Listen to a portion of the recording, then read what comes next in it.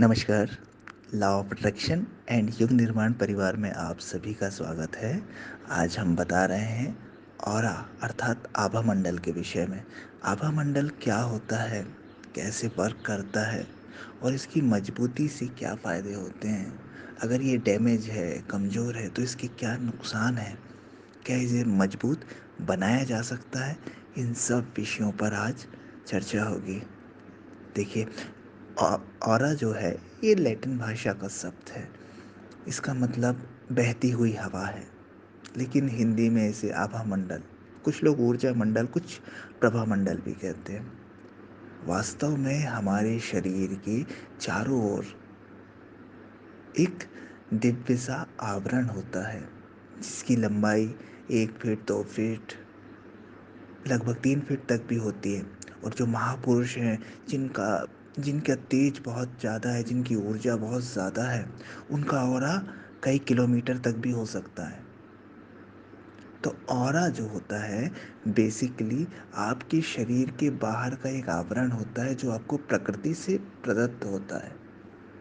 और ये जितना मजबूत, जितना थिक, जितना गाढ़ा होता है, जितना अच्छा होता है, उतने ही आप एक मजबूत व्यक्तित्व के मालिक होते हैं। आपकी आकर्षण क्षमता गज़ब की होती है। आपके प्रभाव में आकर कोई भी व्यक्ति आपका अनुयायी बन जाता है, आपको फ़ॉलो करने लगता है, आपकी सुनने लगता है। आपके पास बैठने से लोगों को सकारात्मकता मिलती है। वहीं अगर किसी व्यक्ति का ऑरा डैमेज है, कमज़ोर है, तो उस व्यक्ति के पास जाते से ही आप असहज महसूस करेंगे, अनकंफर्टेबल महसूस करेंगे। लगेगा कि यार अरे किसके पास बैठ गए, कितना नेगेटिव आदमी है, कैसा आदमी, यानी उस व्यक्ति के विषय में आपके विचार अपने आप दूषित हो जाएंगे। आप उसके विषय में अच्छा नहीं सोच पाएंगे, चाहकर भी नहीं सोच पाएंगे।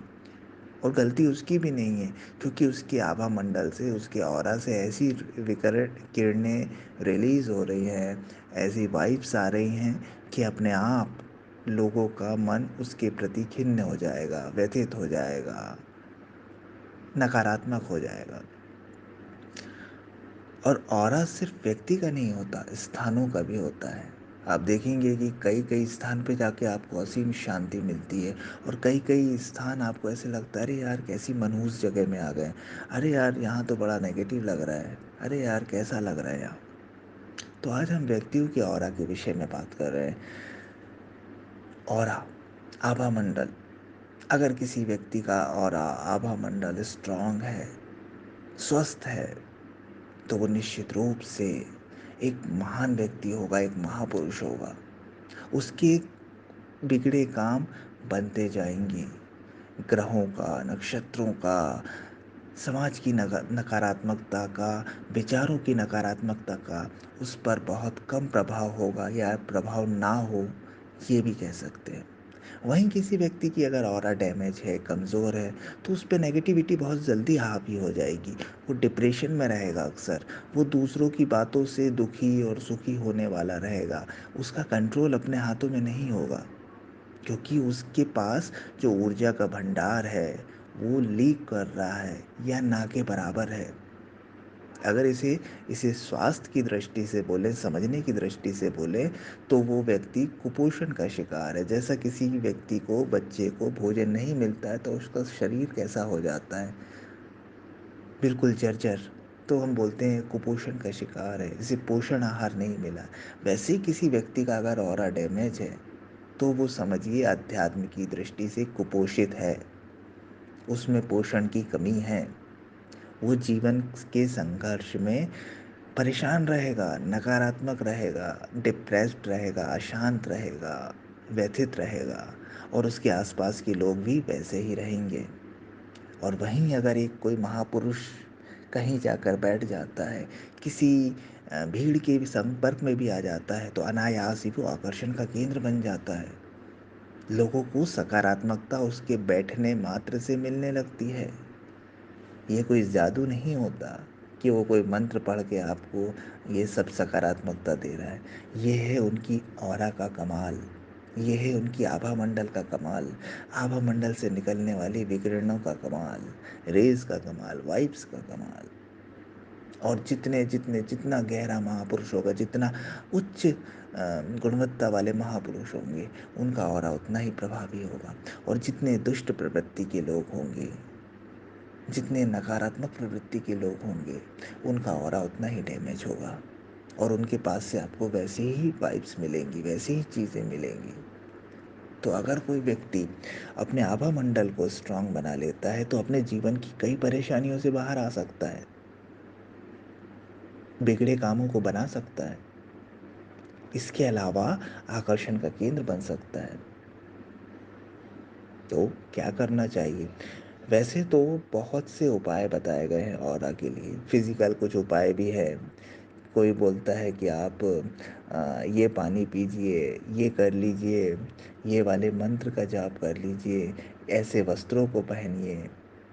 लेकिन अगर सही में स्थायी रूप से आपको अपने ऑरा को स्ट्रॉन्ग करना है, अपनी रेस को उठाना है, वाइब्स को मजबूत करना है, तो आपको ध्यान साधना करनी चाहिए, मेडिटेशन करना चाहिए। ध्यान से आपकी ऊर्जाएं ऊपर की ओर उठती हैं, ऊपर की ओर गति करती हैं। और आपकी ऊर्जा जितनी ऊपर की ओर गति करेगी, उतने ही आपके चक्रों में शुद्धता आएगी, चक्र आपके सक्रिय होंगे। और जितने आपके चक्र सक्रिय होंगे, उतना ही आपका ऑरा स्ट्रांग होगा। और अगर आपके चक्र रुके हुए हैं, गतिशील नहीं हैं, सक्रिय नहीं हैं, तो आपका ऑरा डैमेज या उतना ही कमज़ोर होगा।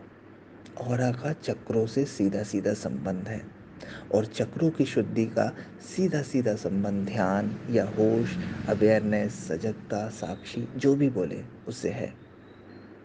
तो अगर आप जीवन में बहुत बड़ी सफलताएं हासिल करना चाहते हैं, असाधारण बनना चाहते हैं, तो अपनी ऑरा को स्ट्रॉन्ग कीजिए।